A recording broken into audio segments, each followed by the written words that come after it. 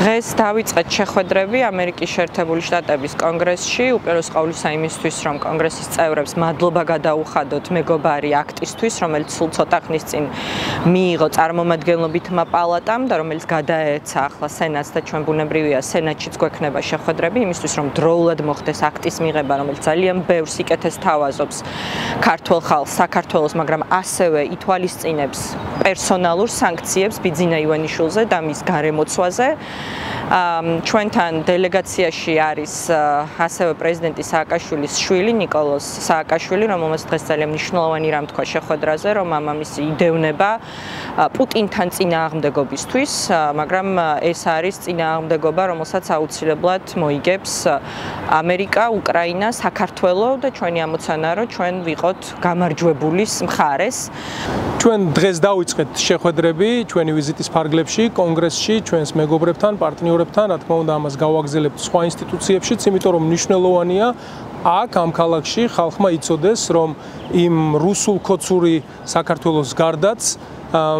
პროდასავლური, ამერიკაზე ორიენტირებული საქართველო არსად გამქრალა, ჯერ კიდევ არსებობს და საქართველოს მომავალი სინამდვილეში არის პროდასავლური, წარმატებაზე, პროგრესზე ორიენტირებული სახელმწიფო,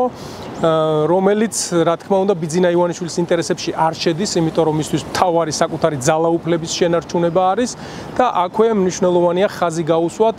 მიხეილ სააკაშვილის ფაქტორს, მისი შვილი ნიკუშა ჩვენთან ერთად იმყოფება, რომ ის იყო 9 წლის განმავლობაში მთავარი პროდასავლელი, პროამერიკელი ლიდერი რეგიონში და ის რომ მეოთხე წელია ის იზოლაციაშია და საკანში ყავს, ციხეში ყავს გამოკეტილი ამ რეჟიმს, ამას ხედავს და არეგისტრირებს ყველა ჩვენს რეგიონში,